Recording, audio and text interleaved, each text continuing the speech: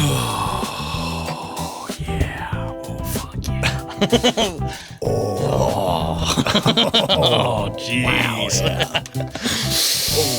Oh, you ready? Are you ready? I am ready, and I am back. We are quiet In the back. That's right. And we're back We are back with one of the more disturbing, off-putting, emotionally uncomfortable, draining, exhausting movies that I've watched all year. Yeah, perhaps ever. Really. I mean, man, this is a toll, a heavy toll. All right. It's a real doozy. The year Yeah. is 1979, and we are watching Francis Ford Coppola's Vietnam classic, Apocalypse Now. Apocalypse Now. Right now. It's now. It's not then or in the future. No, it's right It's now. happening. Yeah. Within your heart. Yes, and within this movie, clearly. Right there in the theater. Jesus Christ. I cannot believe this was made 4 years after the end of this war. That Yeah. alone blows my fucking mind. Like, Really fast reaction. really fast and poignant, and which is good. It's needed. You know? I read just now that it was based on The Heart of Darkness. So it could have been written, I think, about really any war. Yeah. The fact that it takes place in Vietnam is purely because it was a contemporary issue, right? So it's like more pertinent, I guess, cut deeper for the people who watch it at the time. But Sure. you could have really placed this story into any war. Yeah. Well, I would say yes to an extent for sure, but I would say probably more so post World War II wars, I would say. Why would you say that? Because I would consider World War II and World War I more moral of wars. You know, there's a much more clear, like, and dignified adversary. Yeah.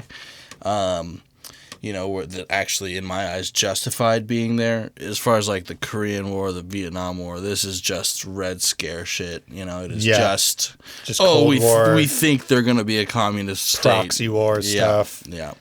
Yeah, it's very in line with the themes of the movie, like power,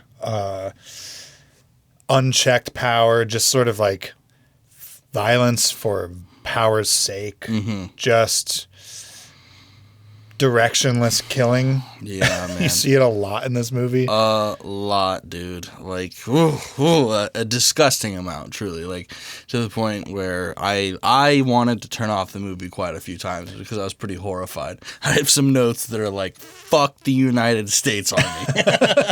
Underlined and shit. Dude, that one officer Kilgore, Yeah, oh. played by Christ. Robert Duvall. Yep.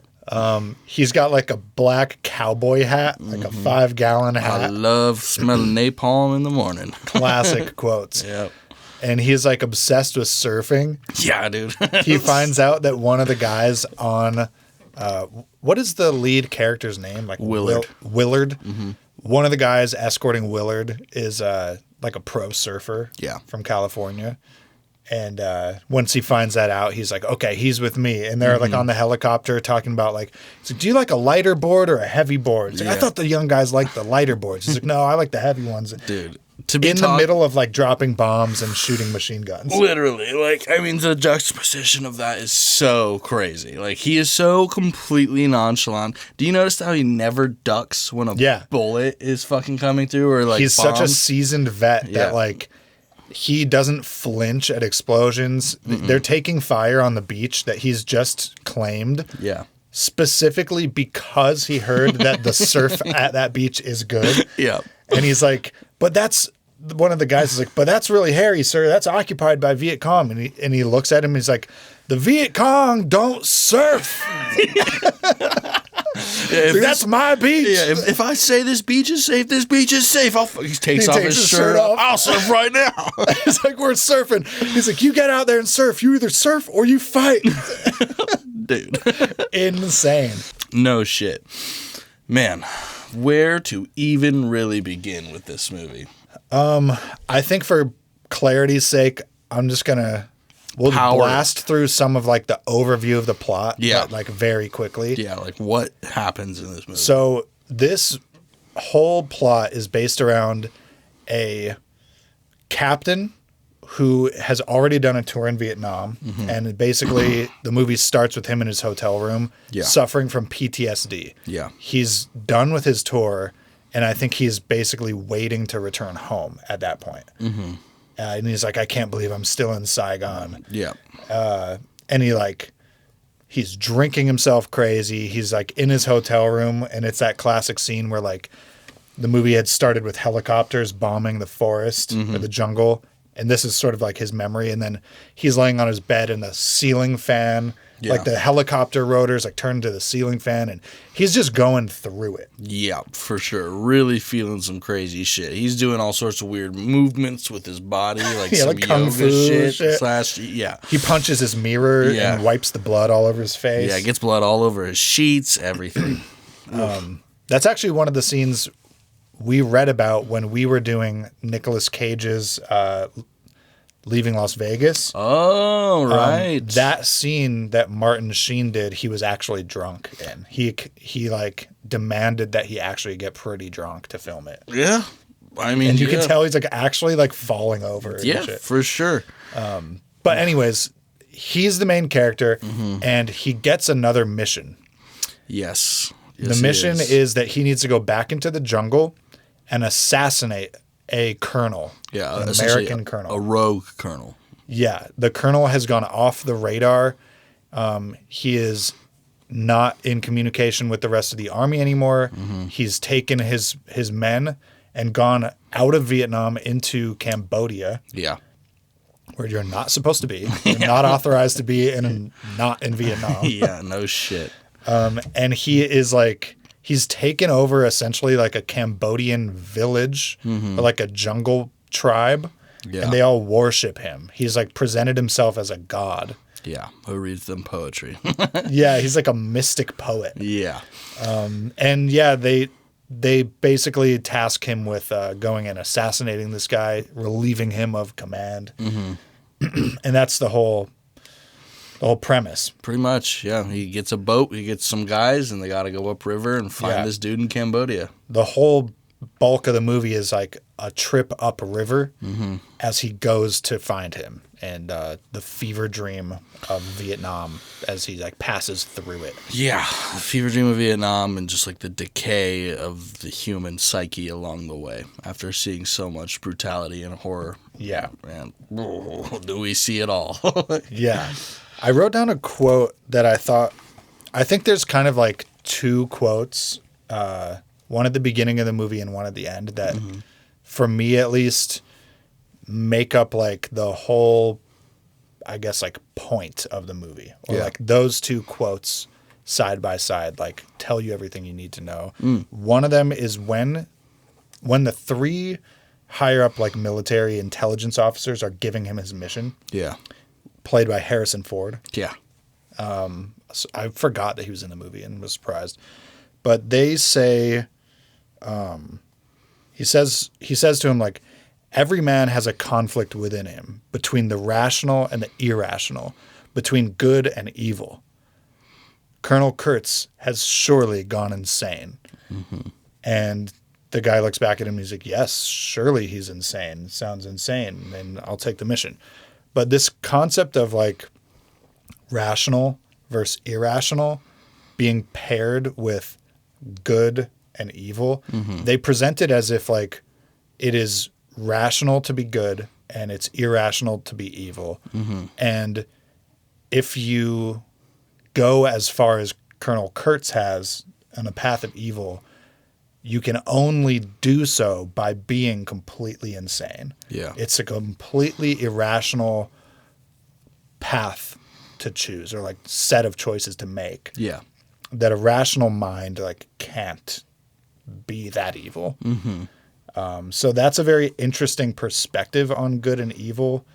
I'm not sure that I buy it, but the fact that it's like sort of the American intelligence officer's like opinion that that's how it works is guiding sort of like one side of the debate. For sure. Yeah, it definitely is, at least coming from the American standpoint, what they're there for, you know?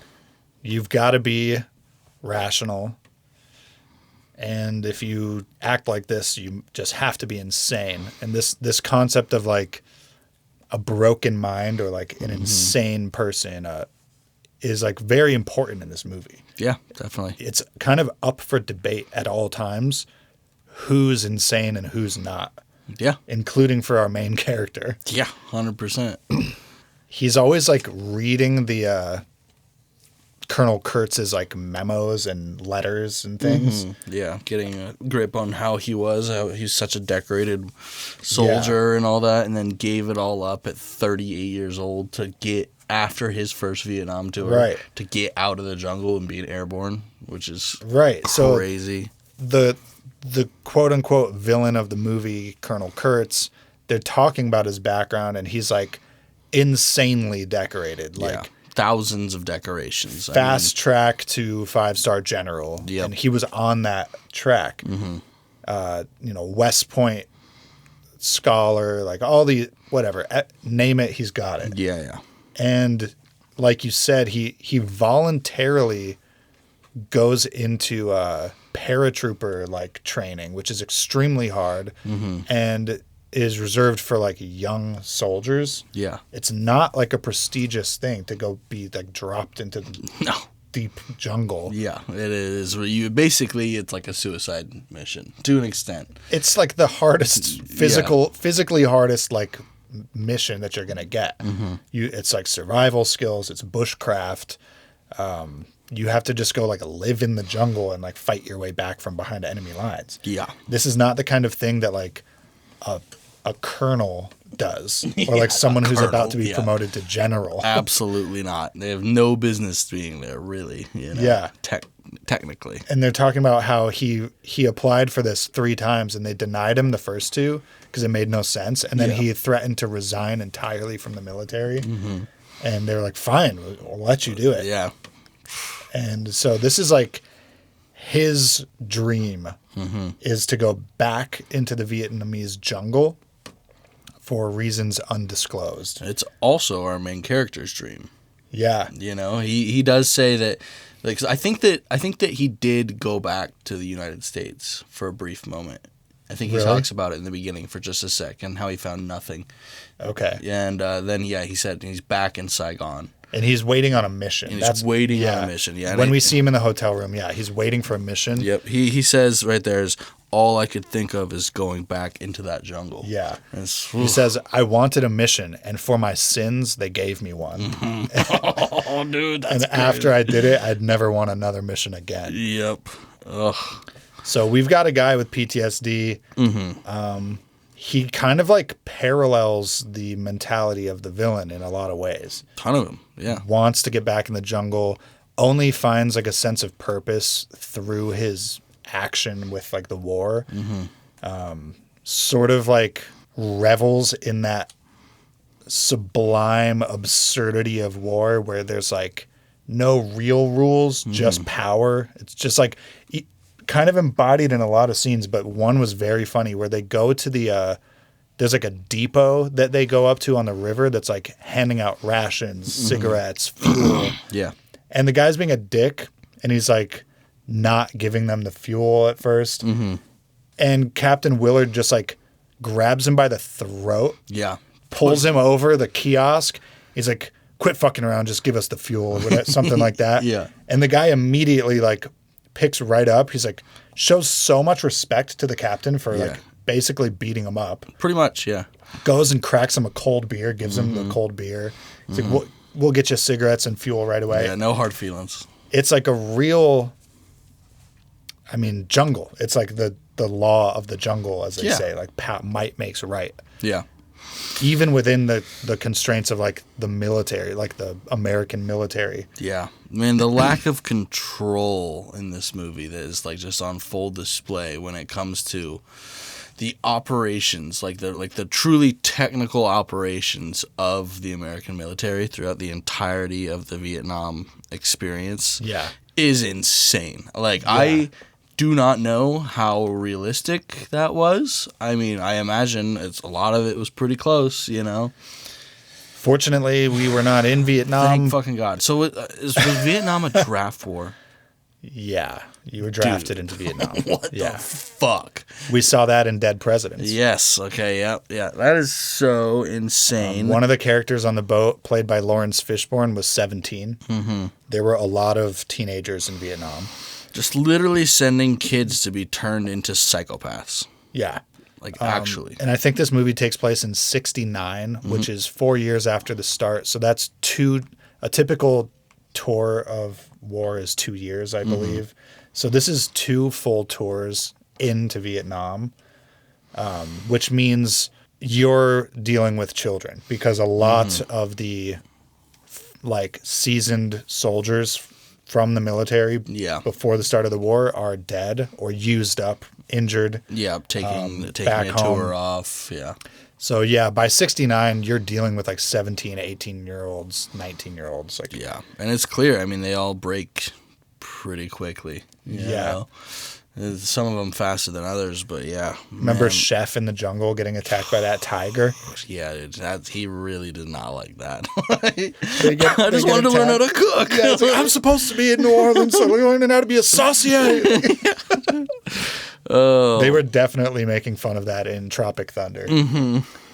Robert Downey Jr. He's like, I used to be a saucier down in San Antone. Yeah, definitely. So much of Tropic Thunder is pulled right out of this movie. Yes, it is. It's crazy how much comedy they were able to pull out of it. You know, but I mean, that resonates with just the absurdity of it. Yeah. You know? Well, it is funny, dude. Like, if you set aside the human suffering that you're seeing and like the death count, this is, in a lot of ways, a comedy. Vietnam is a very fucking stupidly funny situation. Yeah.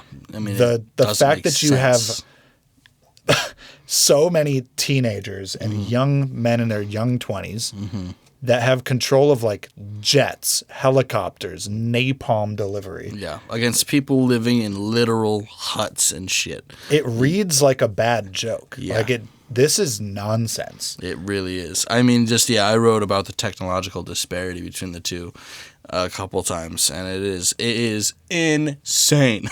Like, I mean, like at worst they have sometimes like some sort of anti-aircraft gun. At worst, that is what the Viet Cong have. There's a couple scenes where they shoot like like small rockets, maybe like closer to a fireworks, like an M80 type of size thing. They're like shooting M80s at the boat from the beach. Sometimes they're shooting arrows and throwing spears. Literally spears, yeah. And it's just, oh man, it really doesn't make any logical sense for us to be there doing that. I noticed also that like, I think this is metaphorical and probably is pulled from The Heart of Darkness, which I haven't read. But the longer the movie goes and the farther up the river they go deeper and deeper into the density of the jungle. The Vietnamese and then later the Cambodians get more and more primitive. Definitely. And the technology gets worse and the behavior of the U.S. soldiers gets more and more barbaric and like irrational, I guess would be the word. Yeah. I don't know if there's like something being said about like, you know, the heart of darkness, the core of evil in a way like that exists inside of men, but like the deeper they go into the jungle, the closer they get to it. Yeah. Which is where the villain lives, and he's like going insane, and he has like "Apocalypse Now" written in spray paint on the and the red temple. Spray paint, yeah. So it's just worth noting that like that's happening. That's a process of this movie that, from the beginning, it feels rational. Like the war is explained in a way where the mission makes sense, right? The intelligence officers like have a clear objective. And reasons for why it has to happen. And then like the farther into the jungle you go, like the less this war makes sense, to the point that like they reach that bridge encampment and there's not even a commanding officer. Yeah.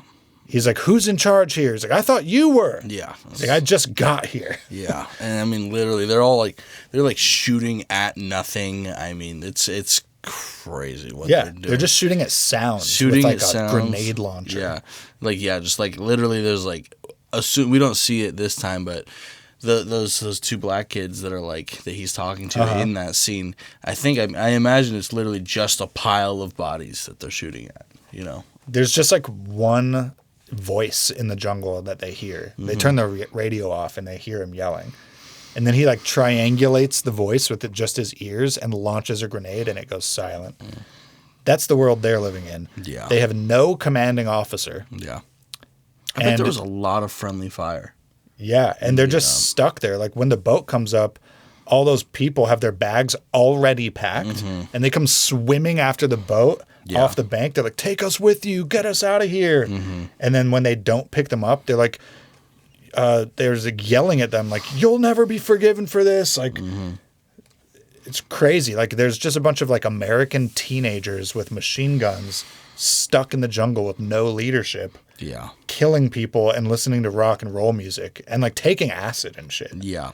Yeah, man, it doesn't surprise me after like seeing that how many like fucked up 65, 70-year-olds there are right now. Yeah, like dude. really, like actually, The whole like Vietnam vet trope being like crazed and deranged. I always saw that growing up in movies and stuff, but I never like thought twice about it. Me neither. It's just like something you take for granted in American culture. A movie like this really shows you like what's in there. Yeah, like why? Because they don't talk about it. No, they don't talk about it. No, yeah, they're bred not to talk about it in a sense, you know. Yeah. I've seen some shit. Yeah, some really nasty shit, and probably did some pretty nasty shit. You know, when you're over there in that mindset, it's like I can't remember what movie we were talking about recently, but they treated it like that foreign place wasn't real. Yeah, yeah. I think it was our last World War II movie even. It's basically been all the all the war movies. I mean, yeah, just treating a foreign land like it's not even. When we get back to the real world, you'll hear people say that. I think that was Dead Presidents too, and maybe also Full Metal Jacket. Yeah, but it's so depressing to think about that. Think about this, like the lack of humanity you have for people because you've traveled over an ocean. Like, Right. And because you're in like a different culture. Like the way that they frame the way the intelligence officer says it is the natives. He's like explaining what Colonel Kurtz is doing in the jungle, and he's like, well, with the level of culture that these natives are at, I could understand being tempted to present yourself as a god and take control. Yeah. And so they're like creating this sort of dichotomy between the Americans and the natives, which is Cambodians. But also I think that applies to the Vietnamese as well. Like I think so too. this sense that like we come from like a heightened culture. Yeah. Which just like isn't true. No, it's just a very different culture. Yeah, it's just a different culture, and just because we have like napalm helicopters and machine guns does not a culture make. Like these people are just as barbaric as anyone else on Earth. Absolutely. I mean, the inherent barbarism in a human is something that can be talked about at length, obviously, and I don't know if that's even there or not, you know, but it certainly seems to come on display with these characters. Yeah. It really does. Yeah, he specifically says the struggle in every man to want to be a god. Yeah. Or to want to be God, not a god. Right. Yeah. To like seek ultimate power. And when you're in a context like this where it's like pretty available. Yeah, like it's feasible that you could do. Yeah, it's certainly feasible, to say the least. Yeah. The constant noise in this movie, dog.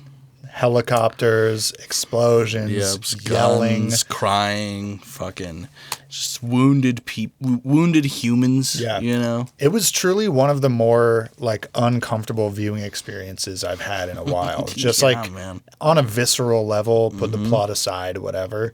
Sound, sight, like flashing lights. Yep. Yeah, the directing, the camera angles of all of it was so strange. The sweat dripping off of people's faces. The sweat was crazy on Martin Sheen. Martin Sheen's sweat. Dude. Oh, God, sometimes when it's just like a candlelight illuminating his face, you can just see every bead of sweat on his fucking face. I was thinking that part of that was like alcohol withdrawals. I could see that. Like, I think he's a full-blown alcoholic at the beginning of the movie, and he takes this mission partially to like save his own life. Yeah, because it's like a form of what would it be called? Like detox? Yeah. It's like a form of detox for him, because if he goes back home, he's just gonna wallow in his PTSD and drink himself to death. Yeah.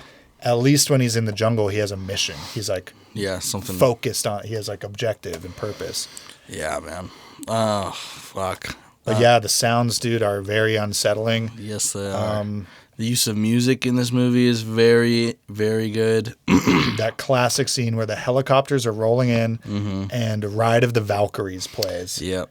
Dun, dun, dun, dun, dun, dun, Yep. dun, dun, I wrote dun. specifically for that. I wrote underlined that use of music is disgusting. It's crazy, man. Like it's so that's probably such a disheartening thing to hear. Right. Coming. If you're the Vietnamese. Yeah, dude. Yeah, because the thing about that song placement in the movie is it's not soundtrack. No. The characters are playing that in through, the scene. Through their loudspeakers of the fucking helicopters coming through. I think the word for that is diegetic sound. When the sound is actually in the universe of the movie, that's called diegetic. When it's just sort of like soundtracked on top for vibes, that's scoring. Huh. But a lot of the music in this movie was like not scoring. It was Yeah. like diegetically placed.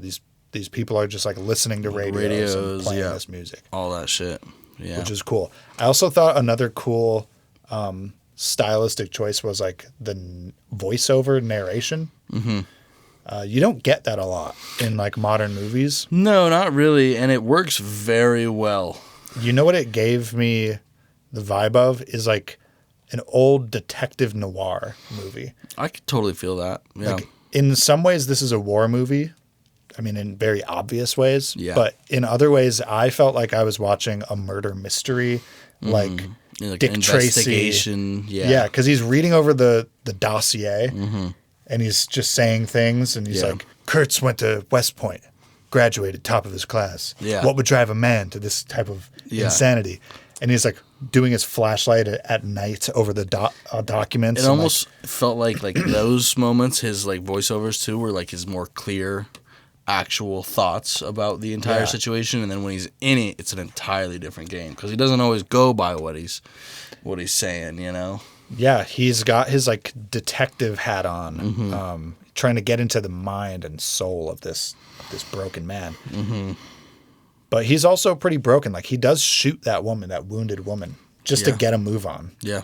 They pull up to a Vietnamese like supply boat that's just going the opposite way of them on the river. Yeah, literally just full of like food, vegetables. Right, just like bags of rice and a couple Vietnamese fishermen, one woman, 2 or 3 guys, and they're just transporting goods.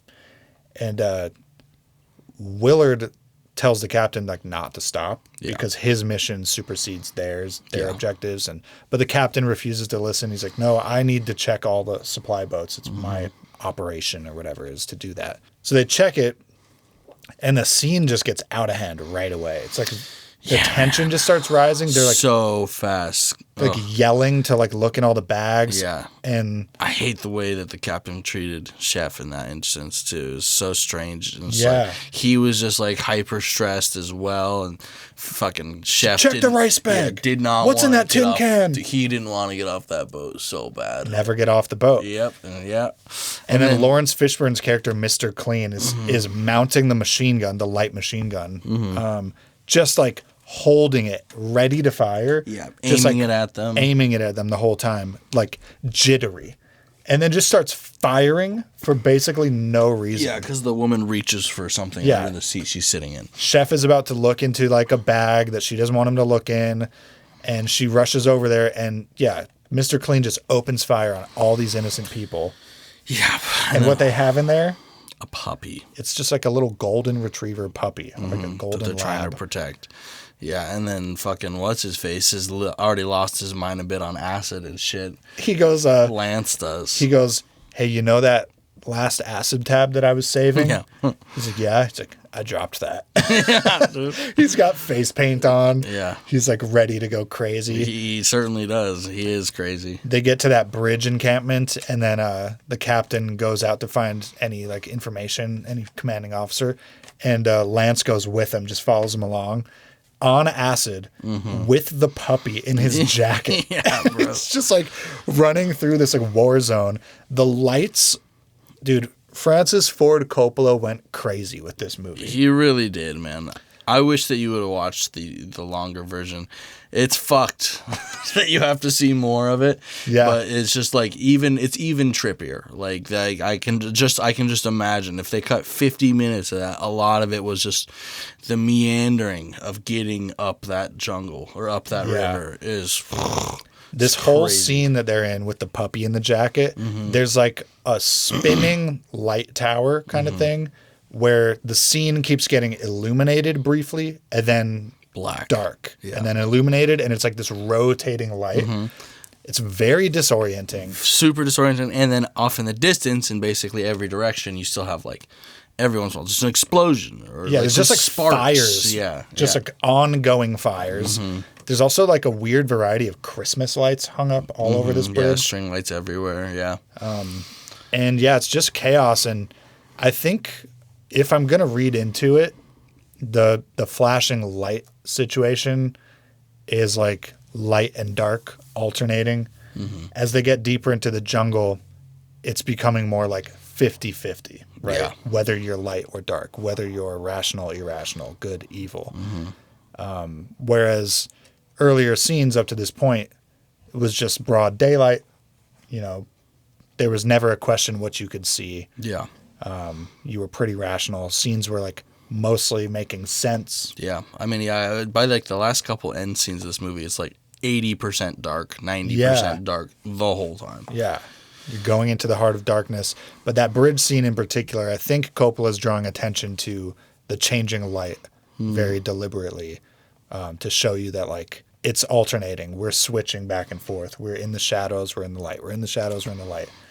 Doesn't let you get too comfortable. Doesn't let the main character get too like stable. Yeah, ever. Yeah. Right. You got any quotes? I got quotes. We've said some of them. There's a quirky moment that I just thought was funny where they're in the helicopter and the guy sits on his helmet. Oh, yeah. And then the army guy's like, why do you Air Force guys sit on your helmets?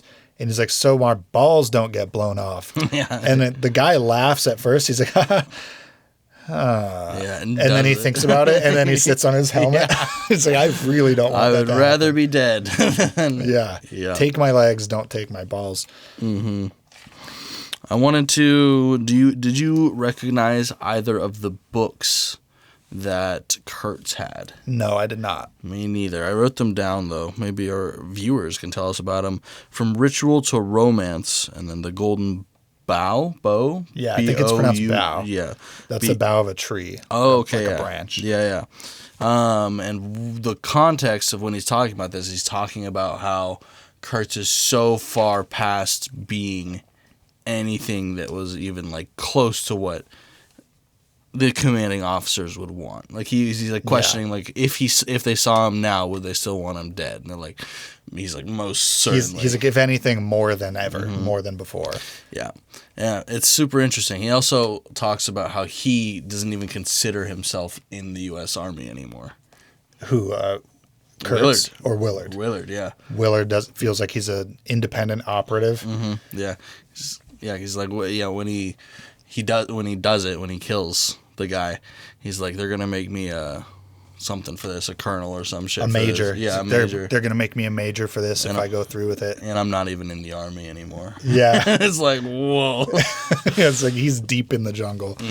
He's like going over the files too. He's like doing his detective noir thing. He's like, smelled like death in there, like malaria and nightmares. Slow death, yeah. Yeah, slow death, malaria, and nightmares in there.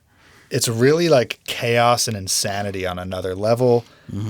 Everyone's minds are unraveling, not only in Colonel Kurtz's like weird tribal camp, but like on the boat that he's on, his people are unraveling. Everyone's just losing their minds. Yeah. Including like dropping acid, the circus place at the bridge with no commander. You're just in this like abyss. Pretty much. Of no oversight, no control. No real consequences other than like singularly moral to yourself. Yeah. There's a very interesting quotes that come from Colonel Kurtz after they sort of make contact. And our main character, Willard, is talking about how he's like, I don't even want to kill him necessarily. Like, I might, but what I really want to do is confront him because he wants to learn about his mind. Yeah. Because I think if he learns about his mind, he can learn about his own mind because he sees a bit of himself in the other. Totally. And he's really just interested in like talking to Colonel Kurtz and like figuring him out. Yeah, and they do quite a bit. Yeah. They talk for a while. They have some good conversations, and these are some of the quotes from the end, and I think these sort of like act as the other side of the coin to my quote earlier from the American intelligence officers. I wrote here that Kurtz seems like he's a mystic poet. Like in philosophy, in like Western philosophy, like mysticism is sort of considered to be like the polar opposite of Western thinking, where mysticism approaches knowledge in a way where knowledge can only be obtained through like direct experience. Whereas like Western philosophy approaches knowledge as something objective that can be like learned about and measured, taught and arrived at through like rational thinking. Rationalism itself is like a process of doing that. Yeah. You use logic and premises and you can like prove the existence of God through an a priori argument. That's like an argument that doesn't use any external evidence. Right? So like a mystic is in this case the perfect like foil to those intelligence officers that are talking about how good is rational and evil is irrational. He says, quote, "It's impossible through words to describe what is necessary to those who do not know what horror means." So he's saying that like the things he's experienced in the war are incommunicable. Yeah, you cannot. The words we have as a species cannot. You can't. It's not going to work. It's not there. No. You can't use the rationality of your mind to understand your experience in this war. You can only use like poetry and like dance. Yeah, metaphors and like tribal rituals and shit like that. That's the world he's living in now because his mind has gone through this war and come out the other side of it in a completely different place. Yeah. It's operating on a different level. He tells this story about how his mission was to like inoculate some children for polio. Yeah. They go in with polio vaccines. They inoculate the village, and then like hours later, they're flagged down by like one of the villagers who's like crying, and they go back, and all of the children who they had inoculated with shots in their arms, the like Viet Cong, I guess it would be, had cut off all of their arms to like prevent the inoculation from spreading. Yeah. And the way he describes it is like it's so singularly brutal. Yeah. And yet at the same time, it's like these people have this like mission oriented mentality where they believe in their cause strongly enough that they are going to chop children's limbs off to achieve their mission. Yeah, and that's a strength that he doesn't have. Yeah. And he says, I thought then if I just had like 200 men that were capable of that level of like obedience and order following, this war could be over within a week. Yeah. But we don't have it. We don't have like, that's crazy.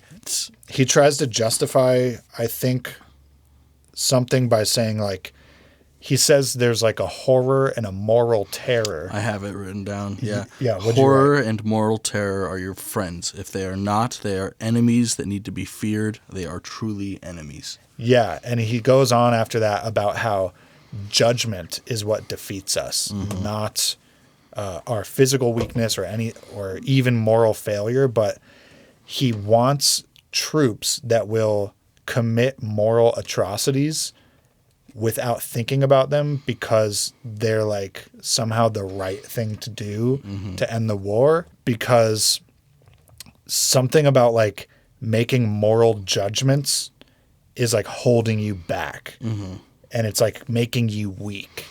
Yeah. It's also really, God, that's crazy. It's Judgment defeats us. Yeah. It's wild to compare his view and like knowing all of that, all of what you just said, and yet he still wants this war to end. Like he says, you know, if he had those 200 men, he could end this war. He wants the war to end. And you compare that with someone like Kilgore, who is high up in the army, right? So he's not doing like nearly anything close to He's surfing. Yeah, he's literally out there surfing or riding on helicopters, dropping napalm, blowing up the jungle and catching waves. He talks about not wanting, you know, the war ending. He's like, you know, someday this war is gonna end. He's like almost like wistful for war. Yeah, he's like, I'm not gonna be able to go find my surfing spots anymore. Yeah, and dude, that is disgusting.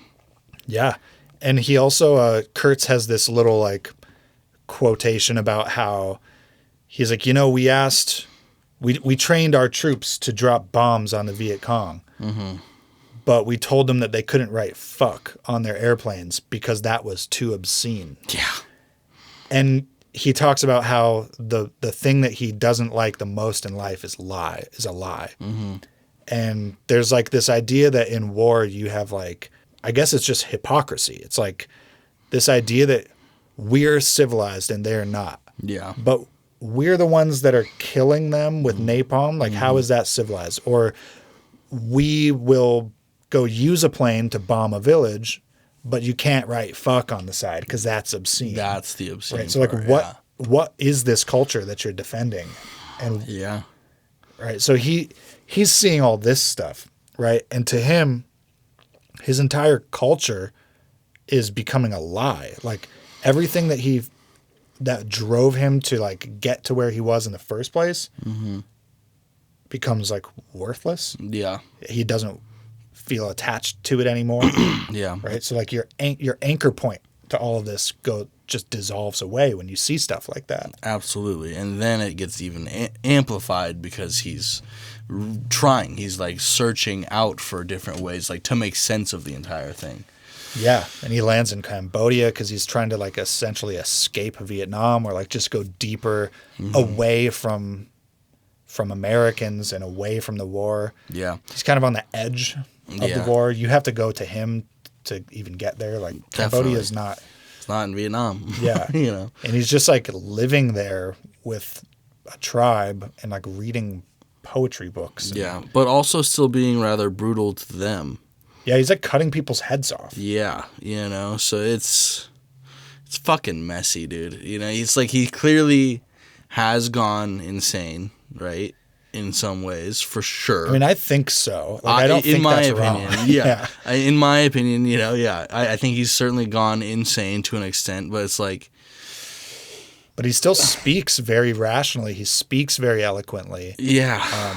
His actions and his words don't necessarily, like, match up. And it's like you said, he's talking about how he would want to, like, end the war, but the way he wants to end it is by like committing moral atrocities. Yeah. But like the reason he wants to end it is because of the moral atrocities. So like where are you on moral atrocities? Yeah, well, I mean that's the broken brain because we told him that it was okay. That's the irrationality. Yeah, of our own core position as like Americans being this imperialistic force. It's like we have no right. There's no, like, baseline, there's zero right to go influence other countries and psyop their people and, you know, do what we did, you know, like literally go into a full ground war with Vietnam. He has a comment about rights, too, at the end in that same scene, he tells Willard, he's like, you have no right to judge me, but you do have a right to kill me. He's like, you can kill me, but you can't judge me. And I thought that was also very interesting because he's sort of like conceding that power is the ultimate measure of a man. Like, if you can kill me, you have the right to. Like, you can do that. Yeah. And the only thing stopping you from doing that is like you. But this idea that like you don't have a right to judge me is like deeper than that. Like, you haven't seen what I've seen, so you can't know what I know. Yeah. That's like the mystic side of it. It's like, you can't just use rationality to like call me a murderer. Yeah, and say that it's worth that I die. Or anything like that. Right. Do what you have to do, but you don't know me, bro. Yeah, basically. He just goes out like, only God can judge me. Very Tupac. Yeah, man. It's a doozy. The last lines of the movie are Marlon Brando, who plays Colonel Kurtz, just whispering, "The horror. Yeah. The horror." Ugh. Jeez, man. Very dark. Very dark indeed. Are my methods unsound? Like, I don't see any methods at all. Yeah. The intelligence officers at the beginning of the movie are saying that, like, once he joined into the special forces, his methods became unsound. Yeah. He brings that up later, and the guy's like, well, do you think my methods are unsound? I don't see any method at all, dude. Yeah. You don't have methods. Yeah. That's sort of like evidence, I think, that Coppola is saying, yes, he's crazy. Yeah, I would agree with that. A rational man has methods. You can disagree with the methods, but if you can explain why you're doing what you're doing, you have methods. And he tries to with his little speech about, having the 200 really brutal men, but that's not a rational method. Right, because, just because it's kind of like contradicts itself. Exactly. Like he wants them to end the war because of the atrocities, and he wants to do atrocities to end the war. It's very circular, right? It's like a cycle of violence kind of a thing where like he has witnessed this type of atrocity, so now he's going to perpetrate them. Yeah. You get the sense that it's up in the air as to whether that's happening to Willard as well.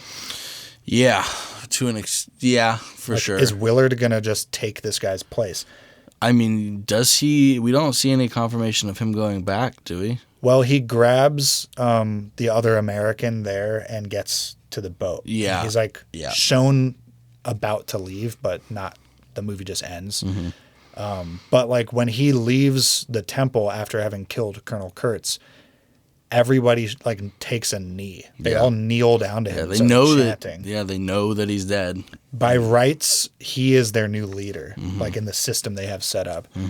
And I think it's meant to just sort of draw this parallel and raise the question, is Willard ending a cycle of violence by killing Kurtz and like releasing these people from his sort of quote unquote spell? Yeah. Right? Or is he continuing a cycle of violence by killing Kurtz and becoming the next Colonel Kurtz? Yeah. I don't know. And he's the second person sent out to assassinate Colonel Kurtz. The first one fell in line with the tribe and was just there like supporting Colonel Kurtz by the end. Yeah. Didn't even say anything. Didn't go along with his mission, just sort of like bought in and went AWOL. Yeah. So I think that whole concept of like the circle of trauma and the cycle of violence is pretty central to understanding these characters and understanding, I think, one of the central themes of the movie that Coppola is talking about. Yeah. Man, this is a pretty explicitly anti-colonial movie, which is interesting, coming so soon after the war itself. Yeah, I mean, I didn't watch the Redux, which has the extra 50 minutes that you watched.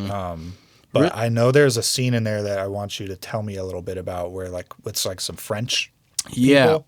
So let's see here. It's after the bridge with the big spinning light. It's after that, and there's only like 3 or 4 of the boys left with him, something like that. Like the captain, Lawrence Fishburne, Yeah. Lance, and one other dude. Chef. The captain dies after that. He gets speared in the chest. Yep. Yeah. Oh, and tries to kill him real quick. Yeah, which is that's crazy. But no, he essentially blames they stop at this French plantation that was there before the war. Okay. So that's a colonial. It's a vestige of French colonialism. 100%.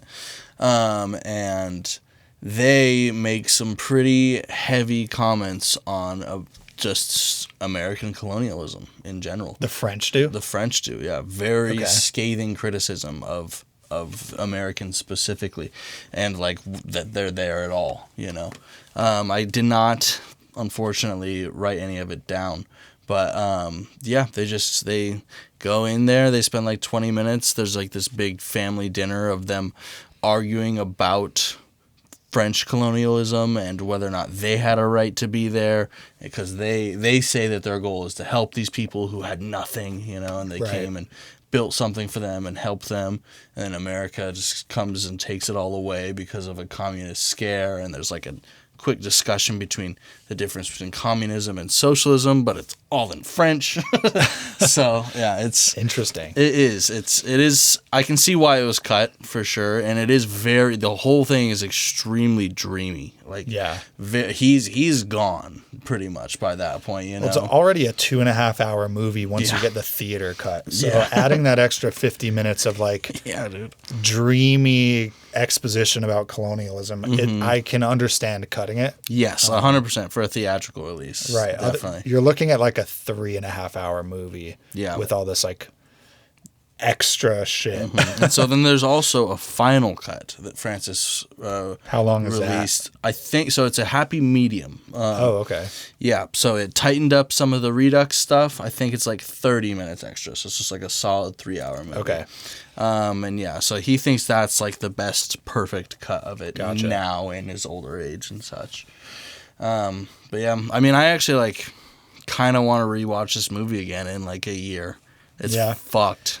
This movie is really dense, and it kind of plays out like a book.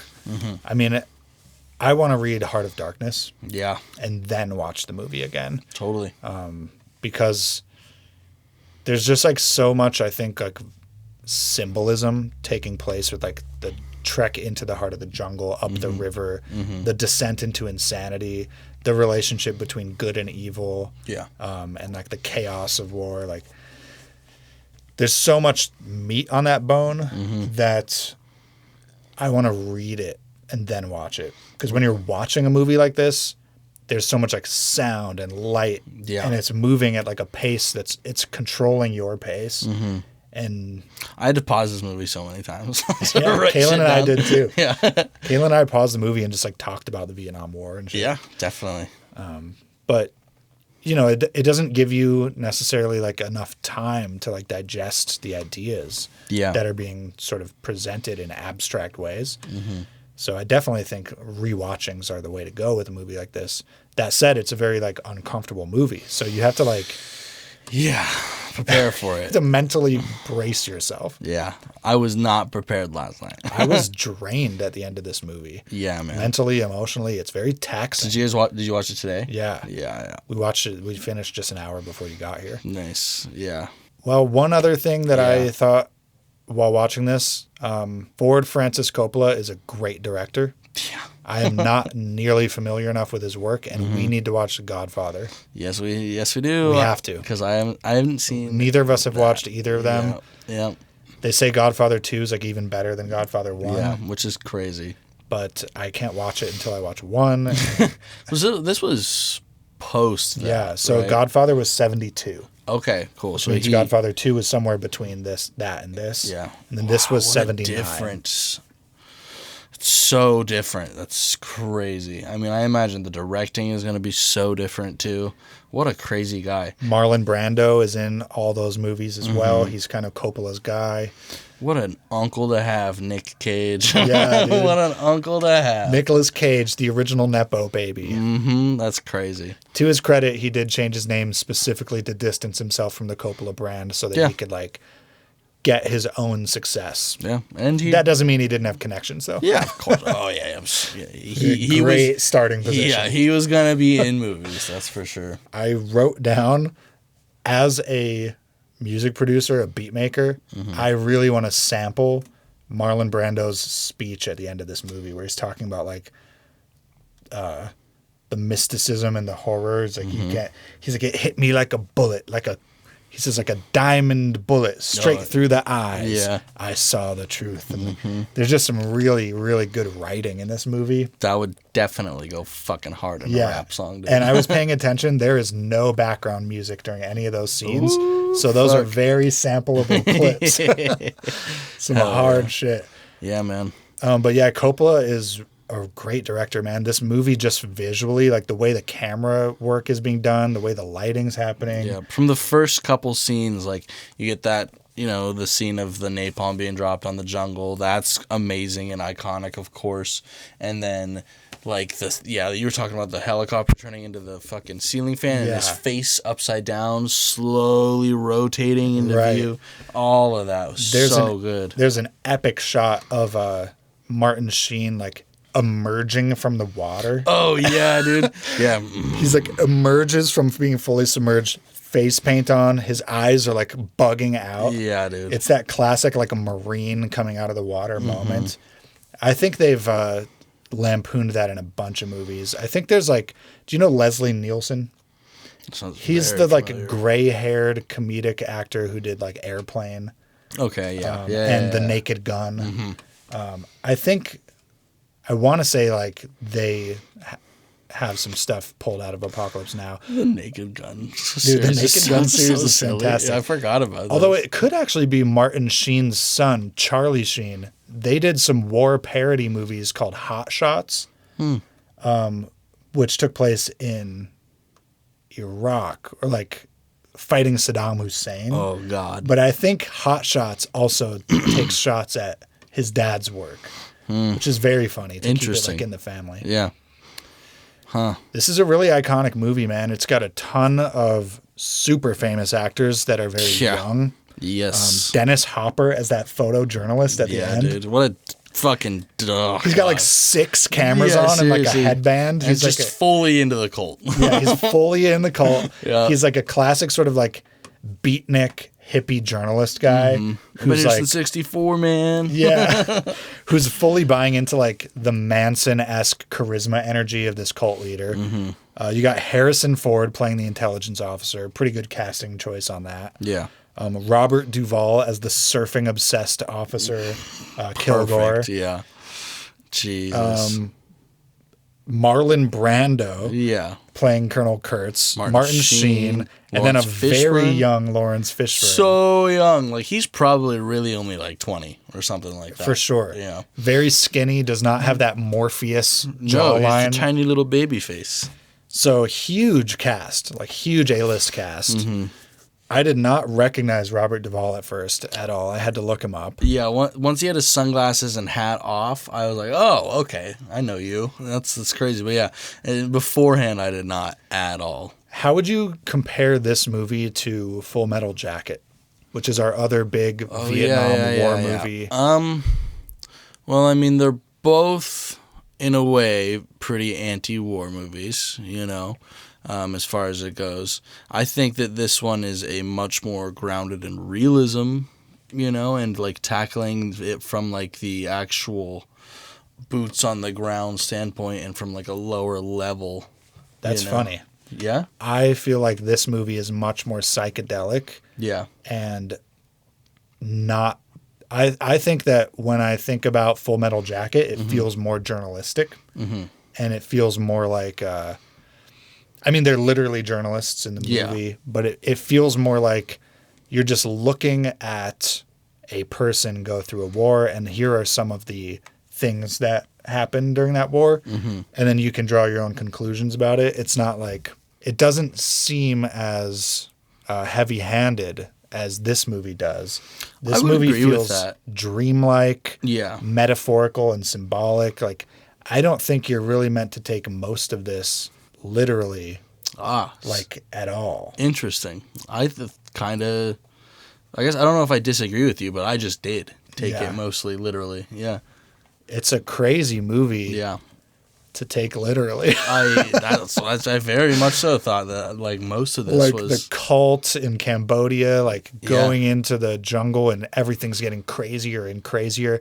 I take it very like, I mean, I don't think that all of that literally happened. I think that's just a great representation of what it literally feels like. exactly. That's what know? I think. Like Apocalypse Now is like symbolic of what it's like Yeah. to go through a war experience. I do believe that a lot of that senseless killing and stuff, though, is very Well, on the nose. I agree. I Yeah. think that stuff was probably happening. Yeah.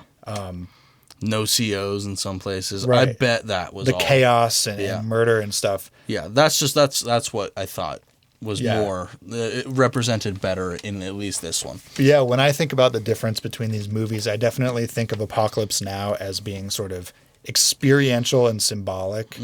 And I think of Full Metal Jacket as being a little bit more like journalistic and objective. Yeah. Like showing you real events, juxtaposing things, and then letting you draw from that what you want morally. Whereas this movie feels like very morally charged. Yeah.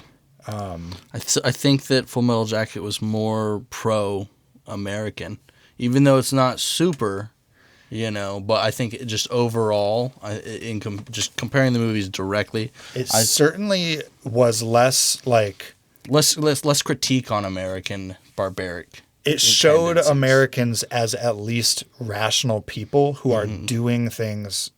There's method there, right? Yeah. Full Metal Jacket, the people have methods to their madness. Sure. In Apocalypse Now, I don't see any methods. Yeah. I just see chaos. Yeah. Right? It's like surreal absurdism. It's like people are on a descent into madness. That's like probably what it feels like to have PTSD and be in a jungle so far from home, shooting your machine gun. Yeah. Right? For me, it's a feelings-based movie.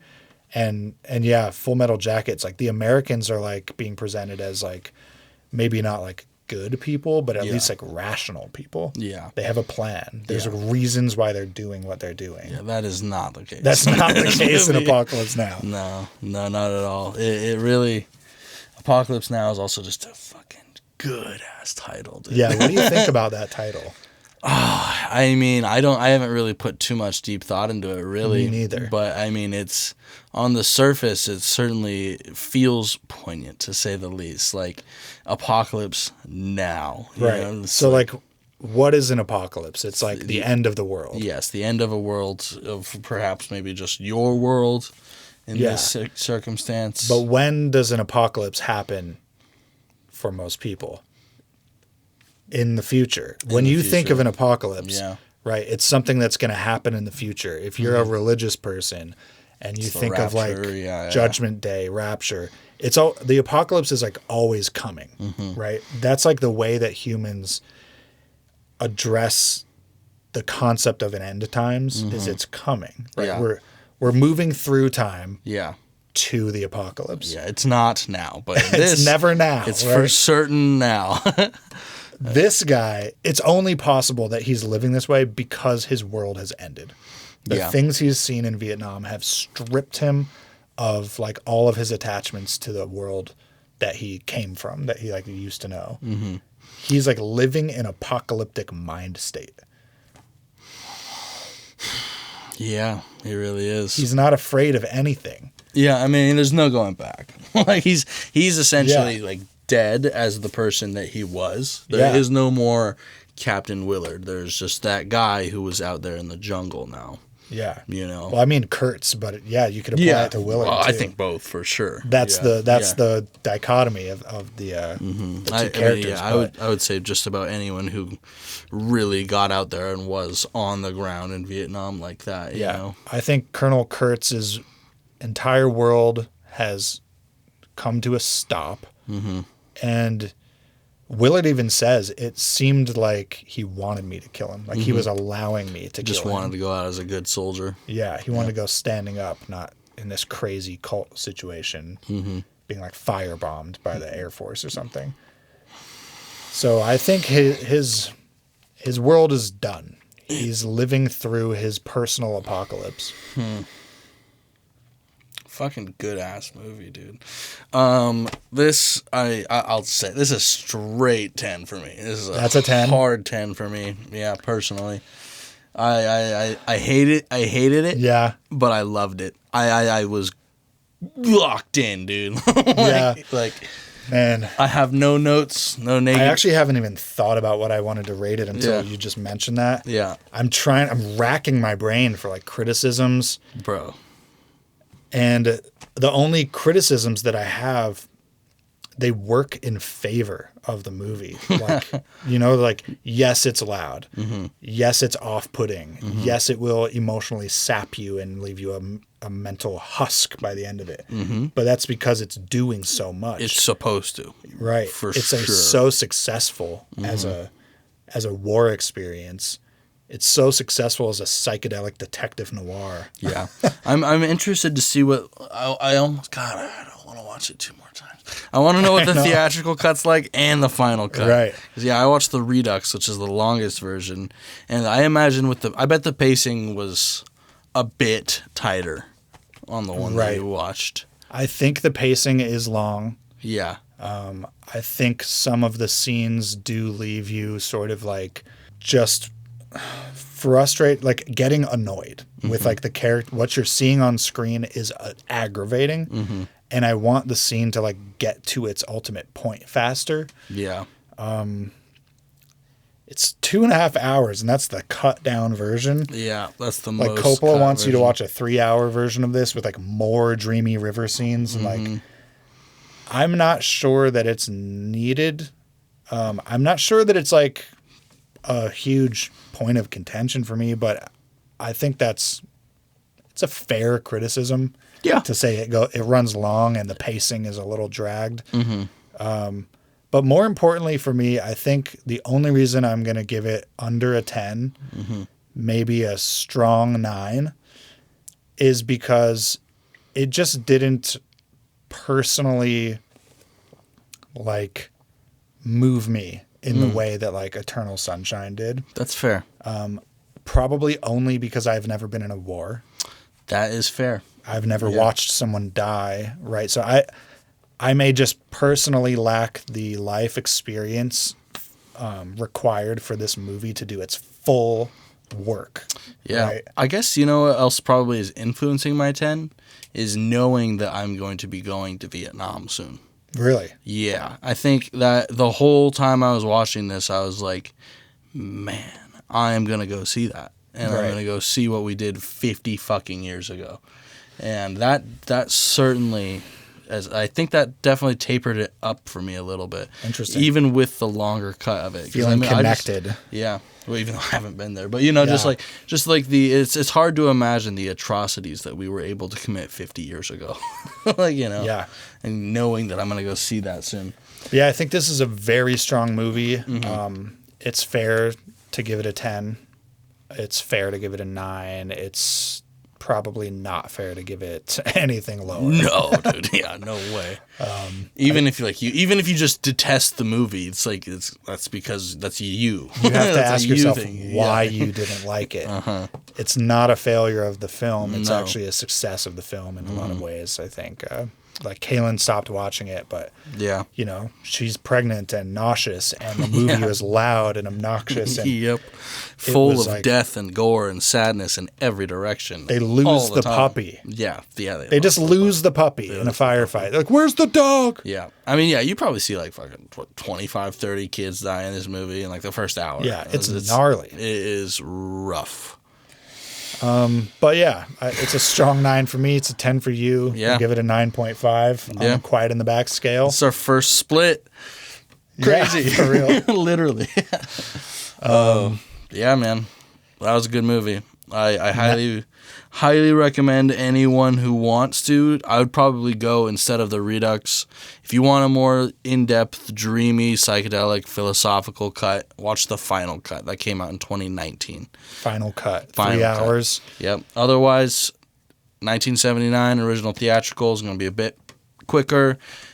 quicker at 2.5 hours. Yeah, no shit. Yeah, instead of the full 3. But yeah, fucking excellent. I cannot wait to dive more into his filmography. Yeah. Coppola coming up. I really want to watch Godfather, but I'm also just so ignorant about what else he's done. Exactly. Me too. He came out with one recently that Metropolis was a huge Really? fail. Really? Yeah, Well, giant he's very old. Yeah, he's really old. He's like 90 or something. Yeah, man. He was like in his 40s or 50s in the 70s. Yeah, that's crazy. Yeah. Okay, well, now that you've watched this entire episode, go watch Apocalypse Now. I know you didn't first. Yeah, so of course. You just wanted to see our faces. now you know what to think, how to feel. You can go watch it the correct, quiet, and We back gave way. you your opinion. Stamp of approval. Your opinion is Take now our opinion perfect. with you. And go ahead. Don't forget to subscribe to our channel. Yes, hit that review bell. us. Give us a 5-star review because you know we deserve it. Throw some comments. What did you think of this movie? Did you have to turn it off? Yeah. I want to know. Is it only rational to be good? Is it irrational to be evil? Can you be evil and rational? Tell us what you think. Down below.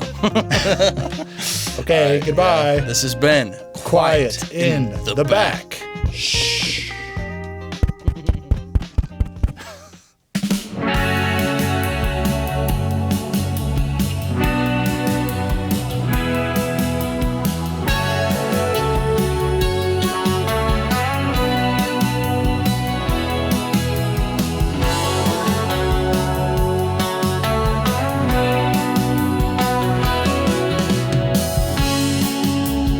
Helicopter slicing through the sky. The smell of napalm can get you high. Echoes of madness have you asking why. Darkness calls for you to die.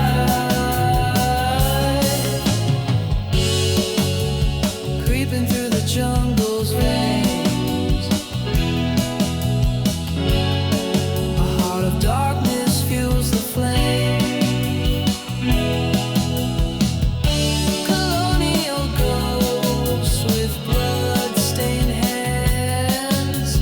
Are these evil intentions from the rational man? What's good? What's evil? Who can tell when the jungle's a mirror? You live in a private hell. Your rational mind, it starts to fray. Insanity